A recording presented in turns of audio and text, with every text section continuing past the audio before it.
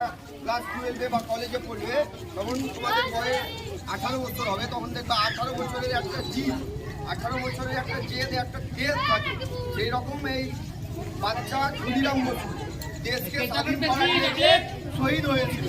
কি কারণে কি শহীদ হতে হয়েছিল? কারণ এই ভারতকে যারা শাসন করছিল, ভারতের উপরে যারা অত্যাচার করছিল, তাদের হাত থেকে দেশকে শহীদ মানে স্বাধীনতা দেওয়ার লেগে নিজের প্রাণ বলিদান দিয়েছিল। ইংরেজদেরকে মারতে গিয়ে করে অন্যজনকে মেরেছিল। তার পরিণতি আজকের দিনে। আর 4 দিন পরে দেখো তোমরা 15 আগস্ট কি পালন করো? 15 আগস্ট বলো সবাই 15 আগস্ট কেন পালন করা হয় বলো। 15 আগস্ট দেশ স্বাধীন হওয়ার জন্য যেমন পালন করো, সেই রকম ওই 15 আগস্টে যাতে দেশ স্বাধীন হয় তার জন্য 11ই আগস্ট আমাদের এই ক্ষুদিরাম বসু নিজের জীবন দিয়েছিল।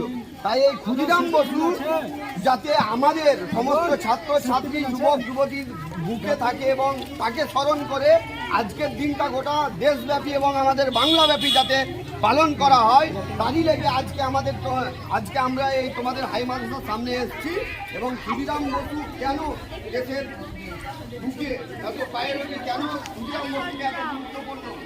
কারণ ক্ষুদিরাম বসু যেমন দেশের লেগে বলিদান দিয়েছে, যারা এখন বর্তমান পরিস্থিতিতে বর্তমান সমাজে যারা ক্ষুদিরাম বসুকে ভুলিয়ে দিয়ে দেশকে অন্যদিকে নিয়ে চলছে, তাদের বিরুদ্ধে আমরা লড়াই আন্দোলন করছি। এবং ক্ষুদিরাম বসু যাতে প্রতিটি ছাত্রছাত্রী এবং যুবক যুবতীদের মনের মৃত্যু থাকে, তার জন্য এই ক্ষুদিরাম বসু 11ই আগস্ট পালন করা দরকার।